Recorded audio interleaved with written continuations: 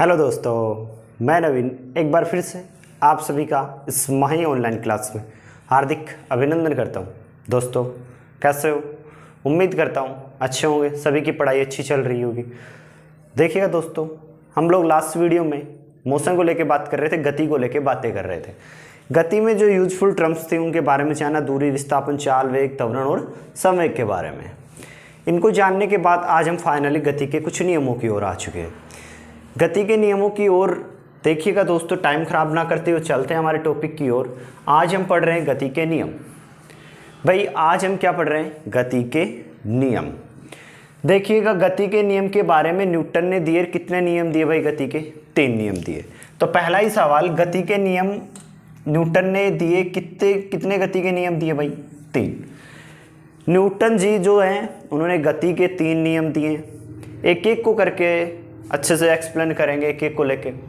पहली बात तो ये, गति के नियमों के बारे में बताने वाला वैज्ञानिक कौन है? न्यूटन है। कौन है भाई? न्यूटन। अरे दोस्तों, यहाँ पे तो इतना बड़ा आप लोगों को याद रखने की जरूरत नहीं थी, क्योंकि जब फिजिक्स पढ़ रहे हो, फिजिक्स में मोस्टली बातें आप लोगों को न्यूटन के द्वारा बताई गई हैं। गुरुत्वाकर्षण के बारे में लेके गति के नियमों के बारे में अधिकांश पार्ट किसने बता रखा है भाई? न्यूटन ने। यदि आप लोगों को फिजिक्स से संबंधित कोई चीज़ के बारे में पूछा, किसने बताया? ऑप्शन में आपको कुछ नहीं आ रहा है तो 50% पे आप लोग चांस उठा सकते हो न्यूटन के लिए। मैं ऐसा नहीं कह रहा कि आप न्यूटन ही लगा दीजिएगा, पर कुछ नहीं आ रहा, आपको उस सवाल पे तुक्का सेट करना है आपका, तो मेरी तरफ से आप लोग 100% न्यूटन पे लगाइएगा। देखिए, गति के नियम के बारे में बताने वाला वैज्ञानिक कौन है? न्यूटन है। न्यूटन ने गति के कितने नियम दिए भाई? 3। पहले नियम की ओर बढ़ते हैं। पहला है गति का प्रथम नियम। फर्स्ट लॉ की बात करते हैं गति के। फर्स्ट नियम क्या कहता है? सबसे पहले फर्स्ट नियम का अन्य नाम क्या है वो भी जान लीजिएगा। गति के प्रथम नियम को हम बोलते हैं भाई जड़त्व का नियम। किसका नियम बोलते हैं भाई? जड़त्व का नियम। पहला ही सवाल पूछ सकता है तुमसे, जड़त्व का नियम गति का कौन सा नियम है? तो फर्स्ट नियम है। कौन सा नियम है दोस्तों? पहला नियम। गति का प्रथम नियम को क्या बोलते हैं? जड़त्व का नियम। एक बार आरआरबी में सवाल पूछा था जड़त्व के बारे में, सबसे पहले किसने बताया? तो गैलीलियो नामक वैज्ञानिक ने। किसने भाई? गैलीलियो नामक वैज्ञानिक ने। किसके बारे में बताया आप लोगों को? जड़त्व के बारे में। जड़त्व के बारे में सबसे पहले किसने बताया था भाई? गैलीलियो ने। ये एक सवाल पूछा जा चुका है आरआरबी में, तो याद रखिएगा, जड़त्व के बारे में किसने बताया? गैलीलियो। क्या होता है, हम सोचते हैं गति के नियम न्यूटन बता रहा है तो जड़त्व न्यूटन का प्रथम नियम होता है और हम न्यूटन को टिक कर जाता है। याद रखिएगा, इस सवाल को जड़त्व के बारे में सबसे पहले किसने बताया दोस्तों? गैलीलियो ने बताया। तो हमने कहा गति के प्रथम नियम का दूसरा नाम क्या होता है? जड़त्व का नियम। गति का प्रथम नियम या जड़त्व का नियम क्या कहता है? कोई भी वस्तु अपनी स्थिति में परिवर्तन का विरोध करेगी। क्या कहता है? कोई भी वस्तु अपनी स्थिति में परिवर्तन का क्या करती है दोस्तों? विरोध करती है। कोई भी वस्तु है ना, अपनी स्थिति में परिवर्तन का क्या करती है? विरोध। दैट मीन्स यदि मैं खड़ा हूं तो मेरी स्थिति मैं चाहता हूं इसी पोजीशन पे रहूं, स्थिर रहूं। यदि मैं गतिशील हूं तो मैं चाहता हूं गतिशील ही रहूं। मतलब कोई भी वस्तु जिस पोजीशन में उसी में रहना चाहती है। गतिशील है तो गति में रहना चाहती है, स्थिर है तो स्थिर में रहना चाहती है। ये एक नियम कौन सा कहलाता है? गति का प्रथम नियम। गति का प्रथम नियम दोस्तों क्या हुआ कि कोई भी वस्तु अपनी स्थिति में परिवर्तन का क्या करती है? विरोध करती है। यदि वो स्थिर है तो स्थिर रहना चाहती है, यदि गतिशील है तो वो गतिशील रहना चाहती है। यही नियम किसका नियम कहलाता है? गति का प्रथम नियम, दैट मीन्स जड़त्व का नियम। बात एक देखिएगा, वेरी इंपॉर्टेंट चीज मैंने लिखी है दोस्तों, ये हमारे लिए बहुत यूजफुल है। क्यों यूजफुल है? क्योंकि हम फिजिक्स पढ़ रहे हैं और यहाँ पे न्यूमेरिकल बन सकते हैं, और न्यूमेरिकल ऐसा बनाएगा कि कॉन्सेप्ट पे बेस होगा। हम लोग समझते हैं कि फिजिक्स में कैलकुलेशन ज़्यादा होती है, न्यूमेरिकल नहीं दोस्तों। यदि कॉम्पिटिटिव एग्जाम की बात करूँ तो वहाँ पे कॉन्सेप्ट बेस्ड न्यूमेरिकल होते हैं। जैसे मैंने लिखा है कि जड़त्व समानुपाती किसके होता है? द्रव्यमान के। इसका मीन्स क्या हुआ? द्रव्यमान अधिक हुआ तो जड़त्व भी अधिक होगा। जड़त्व अधिक होने का मतलब वो वस्तु अपनी स्थिति में परिवर्तन का क्या करेगी? विरोध करेगी। दैट मीन्स जो वस्तु जितने ज़्यादा द्रव्यमान की होगी उसका जड़त्व उतना ही अधिक होने का मतलब वो उतनी ही ज़्यादा अपनी स्थिति में परिवर्तन का क्या करेगी? विरोध करेगी। लेट्स एग्जाम्पल के रूप में एक हल्का सा व्यक्ति है भाई, मतलब एक 20 किलो का व्यक्ति है भाई। एक कितने किलो का व्यक्ति है? मान लीजिए ये एक 20 किलो का व्यक्ति है, ठीक है। मान लीजिएगा ये 20 kg का है। कितने kg का है भाई? 20 kg का। एक ये व्यक्ति है भाई और ये है 50 kg का। पहले तो मुझे बता दीजिए द्रव्यमान किसका अधिक? इसका सर। इसका कम। द्रव्यमान अधिक है, जिसका द्रव्यमान अधिक उसका जड़त्व अधिक। इसका मतलब इसका जड़त्व भी ज़्यादा है और इसका जड़त्व क्या है दोस्तों? कम है। बताइए मुझे, यदि इसकी स्थिति में किसी को हिलाना है भाई पकड़ के, तो बताओ कौन सा आसानी से हिल जाएगा? सर 20 किलो वाला आसानी से हिल जाएगा। क्योंकि क्यों हिला? क्योंकि इसका वजन कम है। वजन कम होने का मतलब जड़त्व उसका क्या हुआ? कम हुआ। और जड़त्व कम हुआ तो अपनी स्थिति में परिवर्तन का कम से कम विरोध करेगा। क्योंकि मैंने जड़त्व के नियम में लिखा है कोई भी वस्तु अपनी स्थिति में परिवर्तन का विरोध करती है, यही जड़त्व कहलाता है। यदि किसी का द्रव्यमान कम है, इसका मतलब जड़त्व कम है, इसका मतलब स्थिति में परिवर्तन आसानी से हो जाएगा। जैसे मैंने कहा कि एक 50 किलो के व्यक्ति, एक 20 किलो किसी को हिलाना हो, तो 20 किलो का व्यक्ति तो आसानी से हिल जाता है और 50 किलो का नहीं हिल पाता, क्योंकि उसका द्रव्यमान क्या है? अधिक है। द्रव्यमान अधिक होने का मतलब उसका जड़त्व क्या है दोस्तों? अधिक है। और जड़त्व अधिक है तो दोस्तों मैंने कहा उस स्थिति में परिवर्तन का क्या होगा? ज़्यादा विरोध होगा। मतलब वो आसानी से उसकी स्थिति परिवर्तन नहीं होगी। मतलब ऐसे आप हिला लो, ऐसे कैसे खड़ा रहेगा। और 20 किलो का है मेरे जैसे तो हिलने लग जाएगा। क्योंकि द्रव्यमान कम है तो जड़त्व कम हुआ, जड़त्व कम हुआ तो आसानी से स्थिति में क्या हो सकता है? परिवर्तन हो सकता है। तो तुमसे सवाल यही पूछ सकता है न्यूमेरिकल के रूप में, एक व्यक्ति का 20 किलो वजन है, एक का 50 किलो है, तो किसको आसानी से स्थिति में परिवर्तन हो जाएगा? तो बताओ किसकी स्थिति में आसानी से परिवर्तन हो जाएगा? 20 किलो की में। क्योंकि 20 किलो का द्रव्यमान कम, जड़त्व कम, जड़त्व कम तो आसानी से स्थिति में परिवर्तन दोस्तों। तो समझ में आया होगा गति के प्रथम नियम। गति का प्रथम नियम क्या कहता है दोस्तों? कोई भी वस्तु अपनी स्थिति में परिवर्तन का क्या करती है? विरोध करती है। यही क्या कहलाता है? गति का प्रथम नियम। दैट मीन्स जड़त्व का नियम। जड़त्व के बारे में किसने बताया दोस्तों? गैलीलियो ने बताया। किसने बताया? गैलीलियो ने। गति के नियम देने वाला वैज्ञानिक कौन था? न्यूटन था दोस्तों। हम बात करते हैं जड़त्व भी 3 प्रकार का होता है दोस्तों। कितने प्रकार का होता है? 3 प्रकार का। नंबर 1 गतिशीलता का जड़त्व। किसका दोस्तों? गतिशीलता का जड़त्व। गतिशीलता के जड़त्व का मतलब क्या हुआ? कोई भी वस्तु गति कर रही है तो गति ही करना चाहती है। कोई भी वस्तु यदि गति कर रही है तो वो चाहती है वो हमेशा गति करती रहे। ये उसका जड़त्व कहलाता है गतिशीलता का। कोई वस्तु गतिशील है तो वो गतिशील है। जैसे मैं चल रहा हूँ तो मैं उम्मीद करता हूँ या आशा करना चाहता हूँ कि मैं इस गतिशील रहूँ। इसका मतलब ये किसका नियम है? गतिशीलता का जड़त्व। यदि इसकी गति में यदि विरोध हो जाएगा तो गतिशीलता का जड़त्व नियम बन जाएगा। कोई भी वस्तु गतिशील है तो गति ही करना चाहती है। ये किसका नियम कहलाता है? गतिशीलता का जड़त्व। एग्जाम्पल के रूप में आपसे पूछे, कोई बस चल रही थी, एक बस थी, उसने अचानक ब्रेक लगाए तो उसमें कोई भी व्यक्ति है वो कहाँ झुक जाएगा भाई? आगे। क्यों? देखिएगा बस चल रही है, बस के साथ आपकी बॉडी भी मूवमेंट कर रही है, आगे गति कर रही है, बस के साथ गति कर रही है, तो आपका शरीर गति कर रहा है और बस ने अचानक ब्रेक लगाए तो आप तो गति कर रहे हो, आगे जा रहे हो, बस ने रुक गई। देखिएगा दोस्तों कि बस में बैठे थे, बस गति कर रही थी तो आप भी बस के साथ गति, आपकी बॉडी भी बस के साथ क्या थी भाई? गतिशील थी, आप भी गतिशील थे। जो ही बस ने ब्रेक लगाए तो आपके नीचे वाला हिस्सा वो तो क्या हो गया? स्थिर हो गया। और आगे वाला जो हिस्सा था वो क्या था? गतिशील। कोई पीछे वाली चीज यदि आपको स्थिर कर दी, आगे वाली गतिशील, तो आसान सी बात है कहाँ झुकोगे दोस्तों? आगे। जैसे भाई ये बैठे हुए थे बस पे और ये नीचे वाला हिस्सा स्थिर हो जाए तो ये बॉडी आगे गति कर रही तो आप कहाँ झुकोगे? आगे। तो एग्जाम्पल क्या हुआ? चलती हुई बस में अचानक ब्रेक लगाने पे व्यक्ति का कहाँ झुक जाना? आगे। क्योंकि दोस्तों बस में आप बैठे हुए तो बस के साथ आपकी बॉडी क्या थी? गतिशील। जो ही आपने बस ने ब्रेक लगाए गए तो आपके नीचे वाला हिस्सा तो क्या हो गया?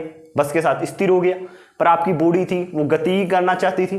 क्योंकि हमने पढ़ा है जड़त्व का नियम कि कोई भी वस्तु जिस स्थिति में उसी में रहना चाहती है, तो आपकी बॉडी भी गति ही रहना चाहती थी, परंतु नीचे ब्रेक लगने की वजह से स्थिर हो गई, ये पार्ट स्थिर हो गया, ये गति कर रहा है तो आसान सी बात है कहाँ झुक जाएंगे भाई? आगे। तो एग्जाम्पल फर्स्ट समझ में आया, उदाहरण समझ में आया होगा कि चलती हुई बस में अचानक ब्रेक लगाने पे आगे की ओर झुक जाना व्यक्ति का। दूसरा जो आमतौर पे अब आईपीएल चल रहा होगा, सभी देख रहे होंगे कि तेज गेंद करने के बाद कुछ दूरी तक गति करता रहता है। जैसे ईशांत शर्मा जैसे लोगों को देखा होगा तो गति करने के बाद आधी क्रीज से भी आगे आधी पिच को ज्यादा कवर कर जाते हैं, क्योंकि वो गति करके जो ही बॉल डाल रहे हैं दोस्तों, बॉल डालने के बाद नियम कहता है वो गति करते हुए आ रहे हैं तो वो गति करते रहना चाहते हैं। यदि उन्होंने स्थिर हो गए तो देखो, स्थिर होने के केस में जैसे ही गति कोई चीज कर रही थी, अचानक ब्रेक लगाना मतलब स्थिर करते ही कहाँ झुक जाते हैं? आगे। और कई बार आपने बॉलर को देखा भी हो, गति करने बहुत तेज गति से आते हैं तो क्रीज में वहां क्यों रुकना चाहते हैं वही पोजीशन पे, तो उस पिच पे गिर जाते हैं। क्यों गिरे? क्योंकि हमने पढ़ा फर्स्ट में कि वो बॉडी उसकी गतिशील थी, उन्होंने पैरों के माध्यम से रोक लिया तो आसान सी बात है वो आगे झुकेंगे तो गिरने के चांस ज़्यादा है। इसलिए जब भी कोई तेज गेंदबाज बॉलिंग कर रहा होता है तो अपनी बॉलिंग डालने के बाद भी कुछ पथ तय करता है ताकि वो थोड़ा सा गति करता रहे, धीरे धीरे अपनी स्पीड को क्या करता रहे, कम करता है। समझ में आया तेज गेंदबाज क्यों बॉलिंग करने के बाद आगे तक जाता है, समझ में आया। वैसे आप लोग आईपीएल देखते हो, इतना तो नॉर्मली बात पता है, परंतु क्यों, जैसे मैंने कहा ना, फिजिक्स तो हर बच्चे के रोम रोम में। वो तेज गेंदबाज मान लीजिए 5वीं पास भी है, परंतु फिर भी वो तेज गेंदबाज बॉल करने के बाद कुछ दूरी तक आगे जाता है, क्योंकि वहां पे गति का कौन सा नियम लग रहा है, फर्स्ट नियम चल रहा है। और उसमें भी कौन सा नियम भाई, आपके गतिशीलता का। इसका मतलब क्या हुआ, देखिएगा दोस्तों, एक 5वीं पास गेंदबाज भी इस नियम को फॉलो करता है। डेट मीन्स मैं कहना चाहता हूँ साइंस इज लाइफ, साइंस जिंदगी है। एक 5वीं पास स्टूडेंट गति के नियम नहीं पढ़े होंगे उसने, क्योंकि 5वीं में कोई गति के नियम नहीं चलते, फिर भी वो गति के नियम को फॉलो कर रहा है। कौन से नियम को फॉलो कर रहा है, गतिशीलता को, क्योंकि उसको पता है कि तेज गेंदबाज गति करके आ रहा है तो वो थोड़ी दूर आगे चलता है। बेशक उसको ये नहीं पता किस वजह से, परंतु लग रहा है साइंस का एक नियम। कौन सा नियम, गतिशीलता का जड़त्व। इसलिए दोस्तों जब भी साइंस पढ़ो एक अच्छे कॉन्सेप्ट के साथ पढ़ने की कोशिश कीजिएगा। हमारी उम्मीद भी यही है कि हम आपको हर चीज़ कॉन्सेप्ट से समझाने की कोशिश करें। तो आपको गतिशीलता का जड़त्व समझ में आया होगा। बात करते हैं स्थिरता का जड़त्व। सेकंड किसका जड़त्व भाई, स्थिरता का, कि मतलब कोई भी वस्तु स्थिर है तो कैसा रहना चाहती है, स्थिर रहना चाहती है। ये किसका जड़त्व हो गया दोस्तों, स्थिरता का जड़त्व। इसके रूप में एग्जाम्पल नंबर फर्स्ट की बात कर लेता हूँ कि घोड़े के अचानक दौड़ने पर उस पर बैठे घुड़सवार का पीछे की ओर झुक जाना। ऐसा क्यों हुआ दोस्तों, ऐसा आसान सी बात है, मैं स्थिर हूँ, ठीक है दोस्तों, और अचानक यदि मेरे को कोई धक्का लगाएगा पीछे नीचे वाले हिस्से से, तो नीचे वाले हिस्से से धक्का लगाएगा तो नीचे वाला हिस्सा तो क्या हो जाएगा, गति हो जाएगा उसके साथ। और पीछे वाला हिस्सा जो ये ऊपर वाली बॉडी है वो स्थिर थी मेरी पहले, वो स्थिर रहना चाहती है, अपनी स्थिति का विरोध करती है। तो यदि किसी ने मेरे को पीछे से धक्का लगाया, नीचे वाले हिस्से से धक्का लगाया, तो नीचे वाला हिस्सा तो आगे चला जाएगा, तो आसान सी बात है पीछे गिरने के चांस होंगे। यही केस घुड़सवार के साथ हुआ कि घोड़े पे बैठा हुआ था, तो उसके जो टांगे थी वो घोड़े के साथ, जो घोड़ा भगा तो क्या होगी, गतिशील होगी, परंतु जो ऊपर वाली बॉडी थी वो तो स्थिर रहना चाहती थी, इसलिए वो तो आगे टांगे आगे चली जाएंगी, बॉडी ऊपर स्थिर रहेगी। तो आसान सी बात है, कोई चीज़ है, जैसे मान लीजिए यही चीज़ है, यदि इसकी टांगे मान लीजिए आपकी, ये आपकी बॉडी थी, यदि इसको गति करवा दी जाए, इस ऊपर वाले को इससे स्थिर रखा जाए, तो आसान सी बात है कहाँ गिरने के चांस हो रहे हैं, पीछे। तो यही एग्जाम्पल था कि घोड़े के अचानक दौड़ने पे घुड़सवार का कहाँ हो जाना, पीछे गिर जाना। ये किसका भाई, स्थिरता के जड़त्व का एग्जाम्पल हुआ। नेक्स्ट एग्जाम्पल की बात कर लेते हैं। कंबल को डंडे से पीटने पर धूल मिट्टी के कण बाहर निकल जाना। ऐसा तुम करते हो, आपकी मम्मी भी करती होगी। जब धूल मिट्टी के कण, जब सर्दियाँ अब आने वाली है तो कपड़े निकालोगे, सबसे पहले उसको डंडे से पीटते हो, उसको हिलाते हो। उस माँ ने आपकी ने साइंस नहीं पढ़ा होगा, फिर भी वो साइंस का नियम अप्लाई कर रही है कि उसको पता है धूल मिट्टी के कण, इसको पकड़ने के बाद डंडे से पीटती है तो धूल मिट्टी के कण निकल जाते। उसने भी दोस्तों ये गति के नियम लगाया और कौन सा, स्थिरता का जड़त्व लगाया। उसको पता है ये रजाई जो मान लीजिए वो थी, उसमें धूल मिट्टी के कण भरे हुए थे, उसने जो रजाई को पीटना स्टार्ट किया डंडे से, तो जो उसमें धूल मिट्टी के कण थे वो स्थिर थे, वो स्थिर ही रहना चाहते थे, और रजाई आगे चलेगी, कण वहीं की वहीं रह गई। इसका मतलब कण कहाँ आ गए, बाहर आ गए। इस वजह से ही कण कहाँ आए थे, बाहर आए थे, क्योंकि रजाई में धूल मिट्टी के कण थे, वो स्थिर ही रहना चाहते थे। जो रजाई को डंडे से पिटाई हुई तो रजाई तो आगे चलेगी, धूल मिट्टी के कण कहाँ रह गए, उसी पोजीशन पे। रजाई आगे चलेगी, धूल मिट्टी के कण उसी पोजीशन पे रह गई, मतलब वो कहाँ हो जाएंगे, बाहर आ जाएंगे। और एग्जाम्पल बताओ, आप जब भी कपड़े सुखा रही होती है आपकी मम्मी बहन जो भी, बेशक वो 8वीं पास नहीं है, गति के नियम नहीं पढ़े, पर उन्होंने गति के नियम फॉलो कर रही है। जो कपड़े को लास्ट में पानी धुलाने के बाद लास्ट में उसको ऐसा फटकार दिया जाता है, क्यों दिया जा रहा है, उस कपड़े में जो पानी के कण थे ना दोस्तों, वो तो स्थिर रहना चाहते थे, और कपड़े को उसने मूवमेंट करवा दिया तो कण कहाँ रह गए, वो पानी के कण तो उसी पोजीशन पर रह गए। कपड़ा गति कर गया तो कपड़े से कण क्या हो गई, वो पानी क्या हो गया, बाहर आ गया। इसका मतलब दोस्तों साइंस तो रोम रोम में बसी हुई है, हमारे खून में साइंस है, साइंस को इसी तरीके से पढ़ना है दोस्तों। तो आप लोगों को स्थिरता का जड़त्व भी समझ में आया होगा, मतलब कोई भी वस्तु स्थिर है तो स्थिर रहना चाहती है। नंबर बात कर लेते हैं सी, दिशा का जड़त्व। दिशा का जड़त्व क्या कहता है भाई, कि कोई भी तेज गति से चलती हुई गाड़ी के अचानक ब्रेक लगाने पे, गाड़ी का अचानक घुमाव पे मोड़ने पे गाड़ी विपरीत दिशा में पलट जाना। ये किसका जड़त्व कहलाता है भाई, दिशा का जड़त्व।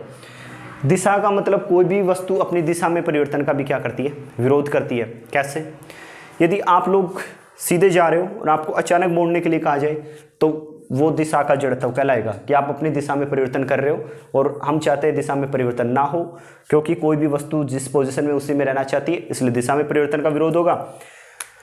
जैसे आप लोगों ने कोई घुमावदार रास्ता देखा होगा, जो एक सीधा रास्ता था, जो ये सड़क घुमाव पे आई ऐसे, तो कोई भी गाड़ी चल रही है तो ये यहाँ पे घुमाव लगाने की कोशिश करती है, पूरा टर्न यदि मार दिया तो गाड़ी बाहर की ओर निकलेगी। और इसीलिए जब घुमाव वाला रास्ता होता है बाहर की साइड उभरी हुई होती है दोस्तों, इसलिए होती है ताकि यहाँ पे बाहर की ओर गाड़ी निकले तो पलटने के चांस कम से कम हो। ये कौन सा नियम कहलाता है? दिशा का जड़त्व। किसका, कौन सा जड़त्व कहलाता है? दिशा का जड़त्व। तो हमने गति का प्रथम नियम जाना जिसे जड़त्व का नियम कहते हैं। जड़त्व के बारे में सबसे पहले किसने बताया भाई? गैलीलियो ने बताया। और जड़त्व द्रव्यमान के क्या होता है? समानुपाती। जिसका द्रव्यमान अधिक होगा उसका जड़त्व अधिक होगा, मतलब स्थिति में परिवर्तन का जितना ज़्यादा जिसका द्रव्यमान होगा वो उतनी ज़्यादा स्थिति में परिवर्तन का क्या करेगी? विरोध करेगी। जड़त्व का नियम 3 प्रकार से, गतिशीलता का, स्थिरता का और दिशा का। गतिशीलता का गति करती हुई वस्तु में परिवर्तन की बात होगी, स्थिर वस्तु की परिवर्तन की बात होगी, और दिशा में बात होगी दिशा की जड़त्व। तो समझ में आया होगा गति का प्रथम नियम दोस्तों, उम्मीद करता हूँ। Thank you.